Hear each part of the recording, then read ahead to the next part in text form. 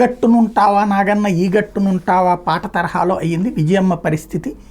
అన్న వైపు ఉండాలా, చెల్లి వైపు ఉండాలా, అంటే కూతురు వైపు ఉండాలా, కొడుకు వైపు ఉండాలా అన్నటువంటి సిచ్యుయేషన్లో ఆమె చాలా బ్యాలెన్స్డ్గానే చేస్తున్నారు.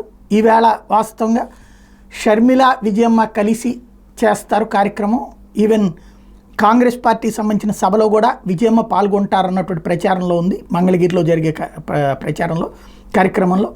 అదే సందర్భంలో మరి ఇక స్ఫూర్తిగా జగన్ని వదిలిపెట్టినట్టేనా, ఎందుకంటే మొన్న జరిగినటువంటి ఎన్నికల్లో తన కుమార్తెని గెలిపించమని అడిగింది. అయితే కడప వరకు కుమార్తెని గెలిపించమని, కొడుకుని గెలిపించమని కానీ వైఎస్ఆర్ కాంగ్రెస్ పార్టీకి ఓటేయమని కానీ ఆమె అడగల.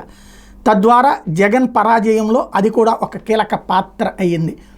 ఇవాళ విజయమ్మ వచ్చేటప్పటికి పొద్దున రాజశేఖర రెడ్డి జయంతికి సంబంధించినటువంటి కార్యక్రమంలో ప్రార్థన చేయడానికి ఇడుపులపాయకి కొడుకు కోడలతో కలిసి అటెండ్ అయ్యారు. అది ఒక కీలక పరిణామం.